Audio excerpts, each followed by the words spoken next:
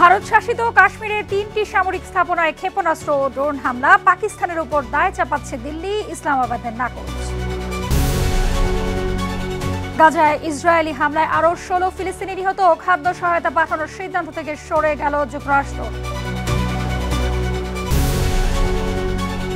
এবং প্রথম আমেরিকান হিসেবে রবার্ট প্রিভোস্ট নতুন পোপ নির্বাচিত প্রয়াত ফ্রান্সিসের উত্তরসূরি হলেন তিনি।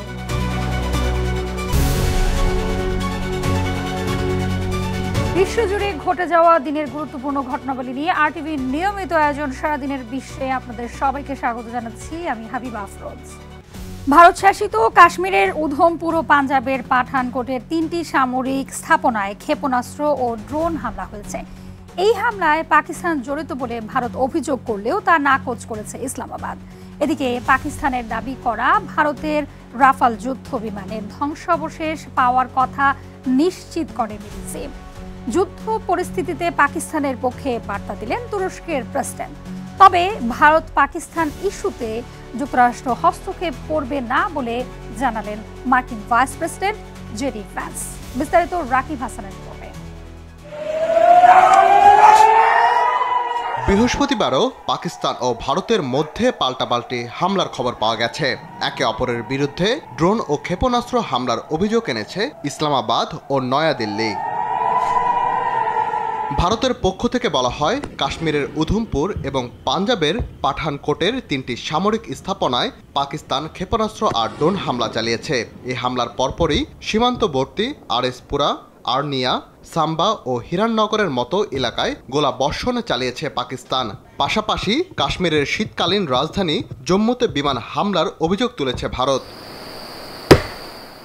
ভারত শাসিত কাশ্মীরের বিভিন্ন এলাকা থেকে বৃহস্পতিবার রাতে তীব্র বিস্ফোরণের খবর আসার পর ভারতে কোনো হামলা চালানোর কথা উড়িয়ে দিয়েছেন পাকিস্তানের প্রতিরক্ষা মন্ত্রী খাজা আসিফ। তিনি জানান, পাকিস্তান যদি আক্রমণ করার সিদ্ধান্ত নেয় তাহলে সারা পৃথিবী সেটা জানবে।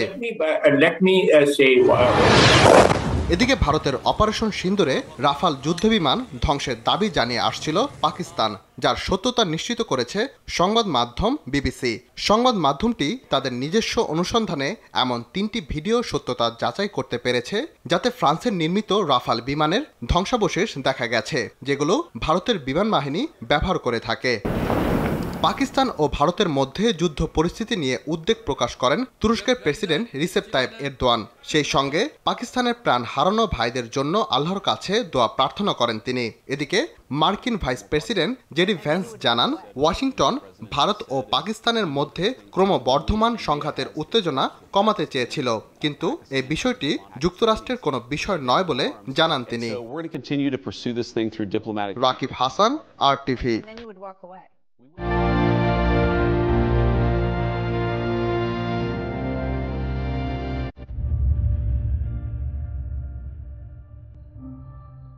ফিলিস্তিনের গাজায় খান ইউনিস সহ বিভিন্ন এলাকায় ইসরায়েলি হামলায় আরও ১৬ জন নিহত হয়েছে।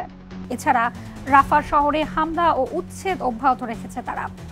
আইডিএফ এর নৃশংসতায় অঞ্চলটিতে এ পর্যন্ত ৫২,৮০০ ফিলিস্তিনি নিহত হয়েছে।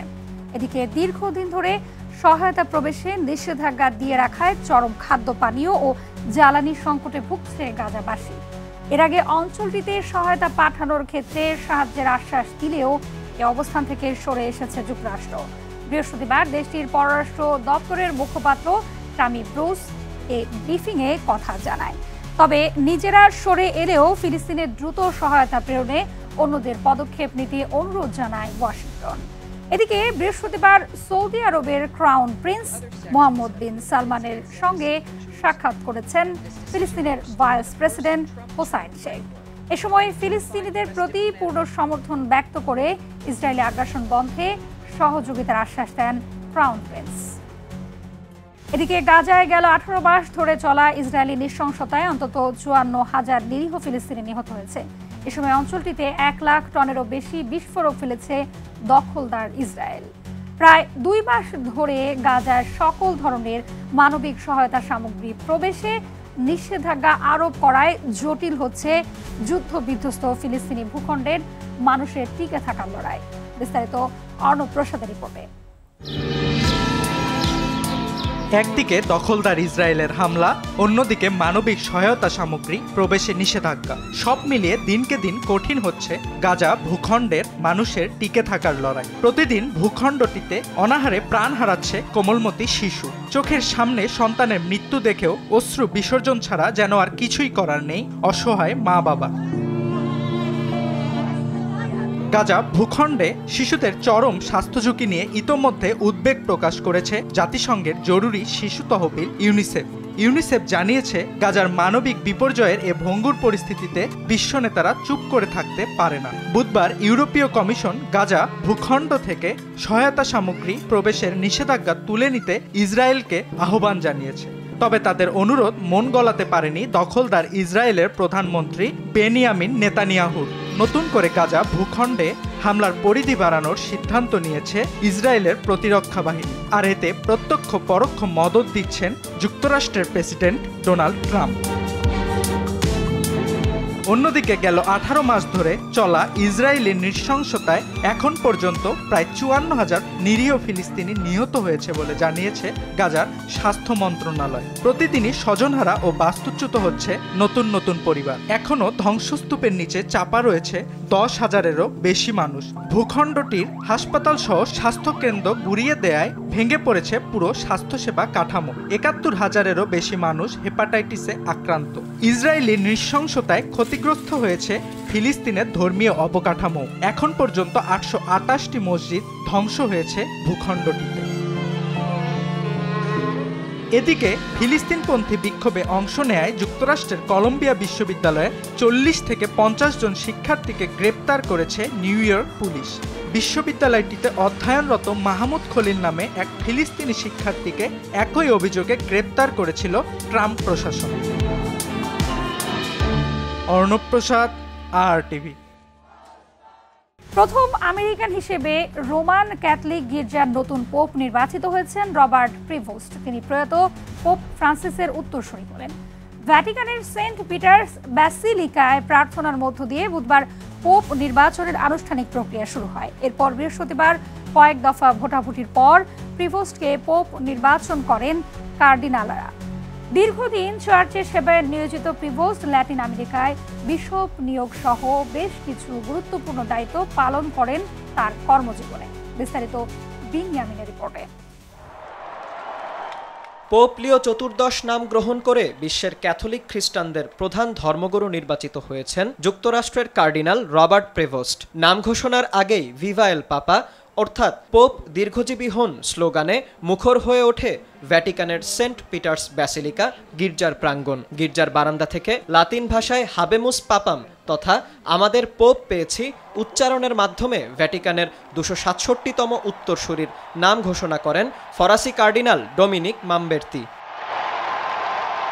বৃহস্পতিবার ভ্যাটিকানের সিস্টাইন চ্যাপেলের চিমনি দিয়ে সাদা ধোঁয়ার সংকেত বলে দেয় নতুন পোপ নিয়ে একমত হয়েছেন নির্বাচক 133 জন কার্ডিনাল। সংকেতের প্রায় 70 মিনিট পর রোমান ক্যাথলিক চার্চের ইতিহাসের প্রথম মার্কিন পোপ হিসেবে সেন্ট পিটার্স ব্যাসিলিকার কেন্দ্রীয় বারান্দায় আবির্ভূত হন নতুন পোপ লিও চতুর্দশ। পোপ হিসেবে প্রথম বক্তৃতায় বিশ্ববাসীকে একসঙ্গে সামনে এগিয়ে যাওয়ার আহ্বান জানান প্রেভোস্ট। একই সাথে পূর্বসূরি প্রয়াত পোপ ফ্রান্সিসের প্রতি শ্রদ্ধা জানান পোপ লিও। আমাদের কানে এখনো ধ্বনিত হচ্ছে পোপ ফ্রান্সিসের সেই দুর্বল কিন্তু সব সময়ের সাহসী কণ্ঠস্বর, যিনি আমাদের সবার জন্যই আশীর্বাদ স্বরূপ ছিলেন। যুক্তরাষ্ট্রের শিকাগোতে জন্মগ্রহণ করলেও 69 বছর বয়সী পোপ রবার্ট প্রেভোস্ট জীবনের বেশিরভাগ সময় কাটিয়েছেন দক্ষিণ আমেরিকার পেরুতে একজন মিশনারি হিসেবে। এ কারণে তাকে মূলত লাতিন আমেরিকার কার্ডিনাল বলেই গণ্য করা হয়। 2014 সালে পোপ ফ্রান্সিস প্রেভোস্টকে পেরুর চিকলায়ো এলাকার বিশপ হিসেবে নিয়োগ দেন। এছাড়া লাতিন আমেরিকার বিশপ নিয়োগ ও তাদের তত্ত্বাবধানের গুরুত্বপূর্ণ দায়িত্বে থাকা ডিক্যাস্টারি ফর বিশপসের শীর্ষস্থানীয় ভূমিকাও পালন করেন তিনি। এ দায়িত্বের কারণে অনেক কার্ডিনালের কাছেই পরিচিত মুখ ছিলেন রবার্ট প্রেভোস্ট। এরপর 2023-এর জানুয়ারিতে আর্চ বিশপ হওয়ার কয়েক মাসের মধ্যেই পোপ ফ্রান্সিস তাকে কার্ডিনাল নিযুক্ত করেন। দীর্ঘ 12 বছর ক্যাথলিক প্রধানের দায়িত্ব পালনের পর গেল এপ্রিলে মারা যান ভ্যাটিকানের প্রথম Latin American pope Francis. Catholic চার্চে আধুনিকতা ও উদারপন্থী ধারার সূচনা হয় তার আমলেই। তিনিই প্রথম নারী ধর্মযাজকতা ও LGBTQ সমর্থন নিয়ে চার্চে বিতর্কের সুযোগ দেন, যা পুরনো ধারার সমর্থকদের জন্য চ্যালেঞ্জ তৈরি করেছিল। তার মৃত্যুর পর নতুন পোপ নির্বাচনের সময় ভ্যাটিকানের মুখপাত্র মাত্তেও ব্রুনি বলেছিলেন, নির্বাচক কার্ডিনালরা এমন একজন পোপ চান যিনি গির্জাকে একঘর করে না রেখে পুরো বিশ্বের মাঝে ছড়িয়ে দেবেন। তাই নতুন পোপ নির্বাচনের আগে পোপ ফ্রান্সিসের সংস্কারমুখী দৃষ্টিভঙ্গির ধারাবাহিকতা চেয়েছেন অনেক কার্ডিনাল। তবে কেউ কেউ চেয়েছেন পুরনো ধারাতেই ফিরে যেতে। নবনির্বাচিত পোপ লিওর আদর্শ ও দৃষ্টিভঙ্গি পোপ ফ্রান্সিসের চেয়ে কিছুটা কম উদারপন্থী হবে, এমনটাই ধারণা রক্ষণশীল কার্ডিনালদের। এখন নবনির্বাচিত পোপ লিও চতুর্দশ পরিবর্তনের প্রতি কতটা সহনশীল হবেন সেদিকেই নজর বিশ্ব ক্যাথলিক সম্প্রদায়ের। বিনয়ামিন, RTV। যুক্তরাজ্যের সঙ্গে যুগান্তকারী বাণিজ্য চুক্তি করতে যাচ্ছে যুক্তরাষ্ট্র। হোয়াইট হাউসে ব্রিটিশ প্রধানমন্ত্রী কিয়ার স্টারমারের সঙ্গে ফোন আলাপে এই ঘোষণা দেন প্রেসিডেন্ট ডোনাল্ড ট্রাম্প। চুক্তি অনুযায়ী যুক্তরাষ্ট্রের বাজারে প্রবেশ করা যুক্তরাজ্যের স্টিল ও অ্যালুমিনিয়াম পণ্যের ওপর আরোপিত 25% শুল্ক তুলে নেবে ট্রাম্প প্রশাসন। এছাড়াও গাড়ি আমদানিতে 27.5% থেকে 10% নামিয়ে আনা হবে এই শুল্ক। এই শুল্ক হার কার্যকর হবে প্রথম 1 লাখ গাড়িতে। এর বেশি হলে 25%ই শুল্ক দিতে হবে। এদিকে যুক্তরাষ্ট্রের সঙ্গে হতে যাওয়া এই নতুন চুক্তিকে ঐতিহাসিক বলে মন্তব্য করেছেন ব্রিটিশ প্রধানমন্ত্রী স্টার কিয়ারমার। আর এর সাথে শেষ করছি সারাদিনের বিশ্ব RTVর সাথে সংযুক্ত থাকুন, মতামত জানান RTVর সামাজিক যোগাযোগ মাধ্যম।